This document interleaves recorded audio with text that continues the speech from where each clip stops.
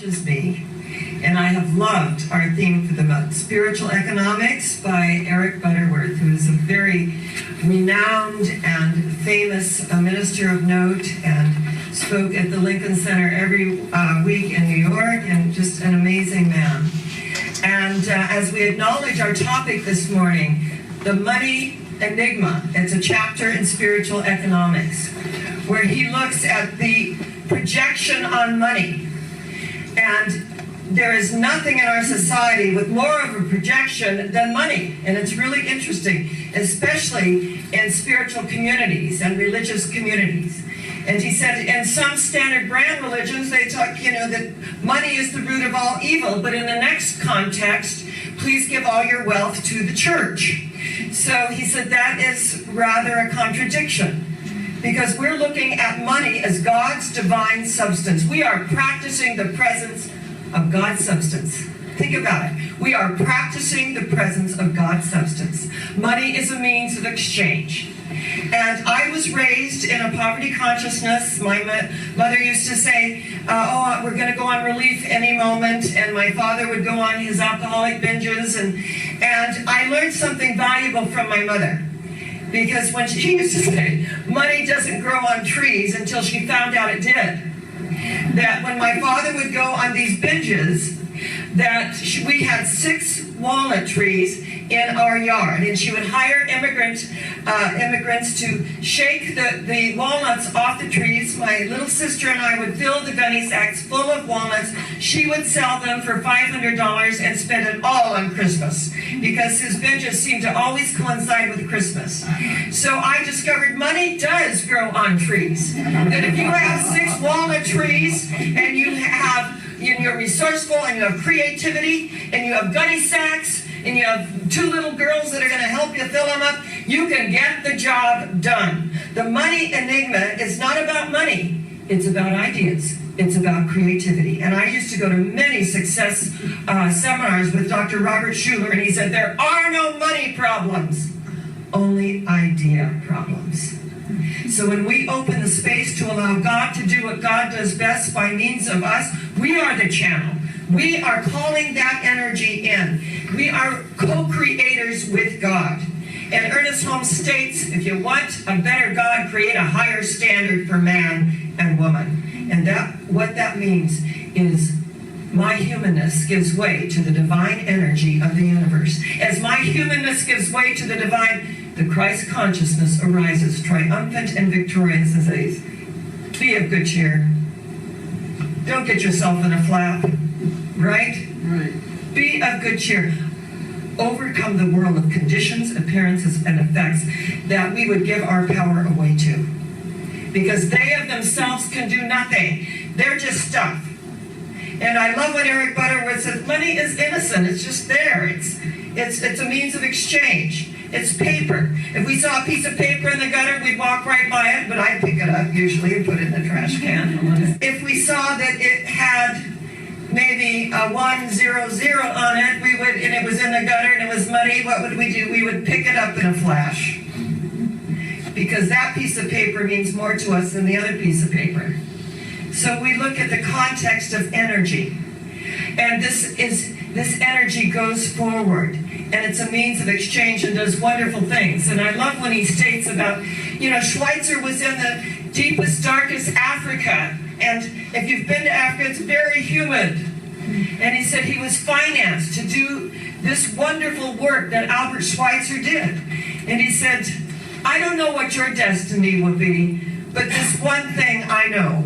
The only ones among you who will be really happy are those who have sought and found how to serve.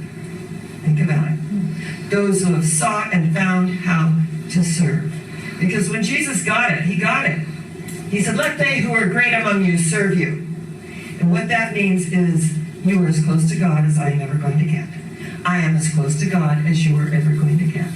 And if I'm in that place in me, doing my divine right thing at the divine right moment, with the divine tools that have been given to me, I am doing what I need to do to fulfill my destiny. So each and every one of us, we came in with a destiny to fulfill. Many blessings are in disguise, I saw something funny on Facebook and said, I'm really, really tired of my blessings being in disguise. Can't it just show up not in disguise so I can say thank you? But usually we learn the lesson through the disguises. And Mother Teresa said that everyone was her Christ in distressing disguise. This is when she went to create an AIDS center in New York when there was so much fear on the planet. Yesterday, I did the AIDS walk with the Desert AIDS Project, put on the 30th anniversary of the Desert AIDS Walk, in which they needed to raise $300,000. And they raised $300,000 for the AIDS Project, because I was walking for the cure. My assistant minister in San Diego, he was also my dearest friend, he was my fill-in date between relationships. I mean, he was wonderful. And my daughter used to say, "Why can't you marry Uncle Danny?" And so then at 16, he explained to her, his orientation, and she goes, "Oh, okay, got it." And that was that, right? So yesterday, when we were doing this wonderful walk, and they were raising money, and my friend Carolyn Caldwell, who is the CEO of Desert Regional Hospital and also the president of the Chamber of Commerce, and it's interesting because I was thinking we wouldn't join the Chamber of Commerce. We would join every single year. Where is the reciprocity here? So the president of the Chamber of Commerce, which is Carolyn Caldwell, and Nona, who is the CEO of the Chamber of Commerce, took me to lunch. And they said, you don't have to rejoin. We just want to take you to lunch. You've had a lot of wonderful things happen to you that we haven't really acknowledged, and we've had some missteps, and we want to make up for that. And I thought, wow, isn't that fantastic?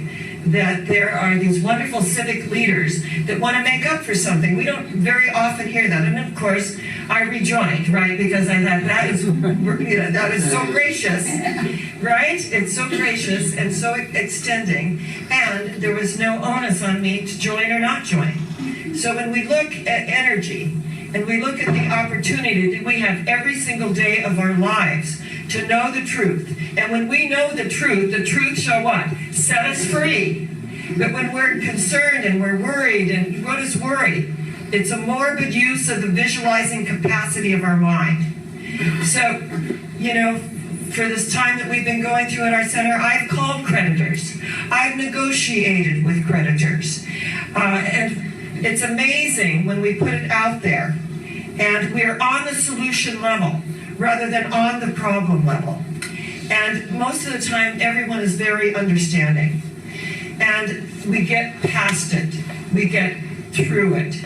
And I was so deeply moved that someone in our community, she had found herself in circumstances that she'd never been in before. And so she reached out to GoFundMe. And the amount of energy and love that came into this person and said, "You are a magnificent person. Don't be embarrassed about a moment in time. These are moments in time." And out of that, she was funded, and that she could begin her life again. And a new job came, a new opportunity, and something wonderful came in. If you don't ASK, Jack Canfield says, you don't GET. And when you ASK, you GET. So ask and ye shall receive, seek and ye shall find, knock and the door is opened unto you, because you have the courage to put it out there. And believe me, running a nonprofit has been an amazing experience for me. And the 2 years I was traveling, and it was so great because everyone who wanted me to go and speak throughout the world, suddenly, my way was paid, my time was remunerated. Energetically, I could keep our doors open, and felt really, really wonderful about that. Because I know the same opening that we give through is the same opening we receive through. And I think I have credits in heaven. Every day I just say, thank you, Father, Mother, God, for the abundance that is mine. That when it gets scary, that be still and know that I am God. And I can remember one time when we were playing a really big game. We were at the Camelot Theater, and we were in the large theater, and we had a lot going on in those days. And Reverend Linda came to me. We needed $5,000 to pay our bills, and we sat down in my living room, and I didn't know that when I came here 15 years ago that I would be housing the center office as well. I had no idea about that because the existing board said, well, we really don't have the money for an office. Can you have it in your house? Okay, yeah, all right, we'll create that. And I had my garage is now the extended office because it is now beautiful and had it completely redone and sheetrocked with insulation. So it's, when the car's not there, it's the extended office. When the car's in there, it's the garage. So energetically, we sat down, we joined hands, and we masterminded, knowing that we assume the same feelings we would have if our requests were already fulfilled. This is the key. You don't do your spiritual mind treatments and mastermind think, oh, I hope it works, oh, please. Like some great magician in the sky. There is a power for good in the universe greater than we are, and we can use it. And we are using it every day of our lives, whether we are consciously aware of it or not. Trained thought is far more powerful than untrained thought. Direct the energy. So we sat down. We saw what was wanted and needed. We masterminded, knowing that the mastermind has heard us and given us what we've asked for, because the mastermind is that God intelligence of the universe that we tap into and allow it to come through. And as we masterminded, we said, and so it is. At the end of the day, it was amazing. One of our people, and he hadn't come very many times, wired us from Thailand $5,000 because he thought of us. He thought of us. That energy. See, when we have to outline it, says it has to come from over here or over here. God is our source. We bless every avenue and channel in which our good flows in. Someone heard. Someone had $5,000 that they wanted to give to us. And it came in. So every time it's been scary, every time the energy gets like, oh my gosh, and we get this thing about nonprofits and everybody's going through it. Well, everyone is going through an energy to know the truth so that they can be set free, that God is our source. Opening ourselves, I'm practicing the presence of God's substance. I accept my good and my unexpected good. See, my unexpected good. And I'm not going to outline. I'm just going to open the space. And we know that there's someone in here that needs a kidney. That kidney is there. That kidney is on its way as I speak this word at this moment. And this person has lived 18 years longer than any doctor ever gave him credit for. Of course, I love when Arthur Godfrey, and I'm really dating myself on this, aren't I? He said he was diagnosed with cancer. The doctor gave him 6 months to live. He couldn't pay the bill. So we gave him 6 more months. Okay? Yeah, 6 more months to live. So energetically, what is time? Spirit moves beyond time or space. It's not about time or space. The spirit is what? About this moment, the eternal moment of now. This very, very moment. It's been with us all the time. You can mow here, the master teacher said, you can mow there. But the kingdom of heaven is within you. That seek ye first the kingdom of God, and all good things will be added unto you. Fear not, little flock, it's the Father's good pleasure to give you the kingdom. It's been with you all along. And I had this amazing experience yesterday. I love my hairdresser. His name's David Young, and his partner is Andrew, his husband. And they've just moved their salon. He said, this is really scary. I said, no, this is going to be a good move for you. You're going to get a lot of walk-by traffic, which they are. And it's like, here's Staters, here's the salon. It's right there. So they're getting a lot of new business and new energy. And I went in and saged because it seems that Frontier they were having a challenge getting, internet service, phone service. I went in and did a little mini sage, before we do the grand opening to just settle those energies. And then I left to go and get some clipboards for our center.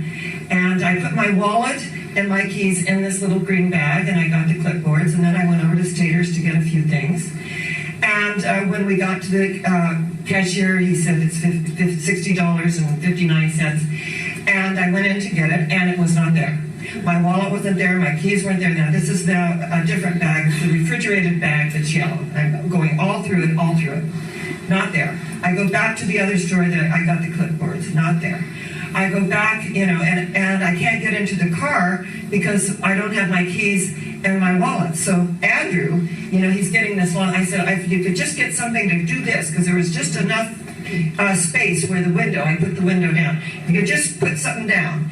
And they called AAA, and they were going to be over an hour, and so Andrew's taking these little things, and we got the phone, there's flashlights on phones now, so we got the phone down there, and he's doing it, this isn't working. Then he got this extended thing where, it goes forever, and he's doing this thing, and I'm over at Stater saying, just keep my groceries cold, and so, all going to work out. That which I am seeking is seeking me. And so then we went back and forth, and then David took me home so I had an extra car key at home, but then got home, went in the drawer, realized, oh yes, I had a new battery put in this week. I gave that key to the mechanic. It's also in my purse in the drawer, which is locked. And my daughter's always talking about my Lucille Ball situations. So when David took me home, I don't have a key to get through the gate. I have a security gate. I said, on the neighbor's side, I'm going to climb the fence. He goes, oh my God, don't climb the fence. He's saying, this 72-year-old woman. He doesn't know I do yoga. I do yoga. So there's an elderly man that lives down the street, and he has a beautiful schnauzer. He goes, Dr. Sharon, what are you doing? He sees me like I'm, getting up the hands. And he goes, can I help you? And I said, when my foot gets up to that level, and I'm like this, put your hand on my back. He goes, all right. So I got up there and boosting, and I just, I hadn't done this for 10 years, and I got a little harder than I thought. And so I'm up there with the rod iron, and he puts his hand on my back. I swing over and jump down. He goes, are you all right? I said, I am more than all right. Thank you, honey. That little shove was wonderful. I get into the house, I get my keys, but no key, and then I remember the key is in the purse, went to the mechanic, I'm doing this whole Lucille Ball thing, come out, and I said to David, you're here, might as well take a little tour of the house. So we do a tour of my home. And I was thinking, how can I raise money for our center? And my catch-22 is, if I'm not here on Sunday, then people miss me, and I miss you. So then they think, well, why should I go? She's not there, right? So I'm thinking, how can I make money for our center without being gone? So I think of friends who did Airbnb, where they have guests come in for the weekend. I've been all over the world. I've stayed with many, many families. I've stayed everywhere you can think of. I could do that. I go on Airbnb, I push publish, I have pictures of my home. Within, I'm not kidding, 5 seconds, I've got 10 people that want to stay at the Rose of Sharon Sanctuary. So I've got to now figure all of this out, yes, right? And so my first guest came, Simon, and he wrote this review that I walked into an energy field that wafted me up into spiritual realms, and there was a slight essence of incense, which gave it an exotic feel. The sanctuary was wonderful. The towels were soft. The berries were just the correct ripeness. I mean, he went on and on and on. And she was lovely in her conscience. Oh, it just went on and on. That was my very first review. Now, I've just had someone that's taking shaman's training. She's going up to the high desert in Joshua Tree, and she goes, oh, this energy is so healing. And I said, wonderful. And even Simon mentioned she has loving little dogs that are just so precious. And I thought, great, I can, and I love doing this. It's only the weekends. I work weekends as well, right? And these lovely people that want to come to a spiritual sanctuary. And I don't attract the partiers, because it says I am a minister. This is a spiritual sanctuary where we honor all paths to God. So I'm making money for our center by being creative, and I don't have 6 walnut trees in the yard. I've got olive trees. I'm not quite there yet. I have 3 olive trees, but I have a home, and I have a beautiful, lovely bedroom that someone can stay for the weekend, all the travelers of the universe. And someone said, well, how do you feel about that? And I said, I feel wonderful about it, that I'm also being of service to those travelers that are on a journey, that need a space, and can just sit down and breathe. They can breathe. So today, the money enigma, there is no money enigma. There are no money problems. Only idea problems. So when we put the works with the faith, we know that faith is so powerful. Putting the works with the faith, we get the job done. And we open the space to allow God to do what God does best.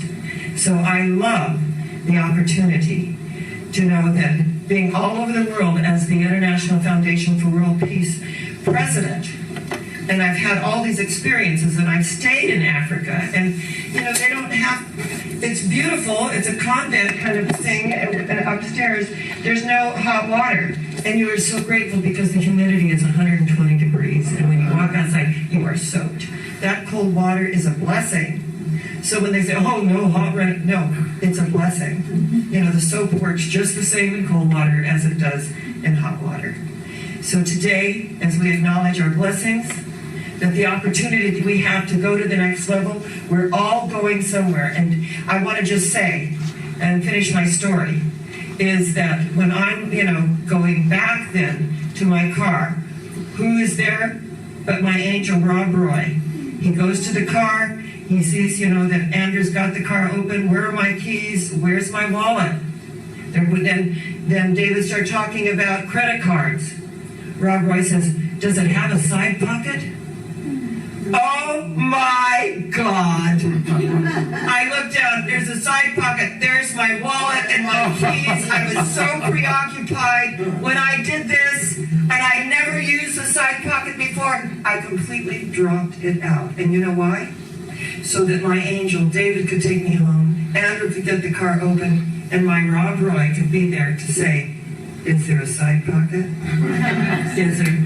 So when my daughter says, Mom, you and your Lucille Ball situations, I am supported, I am loved, and I am so grateful for all of you.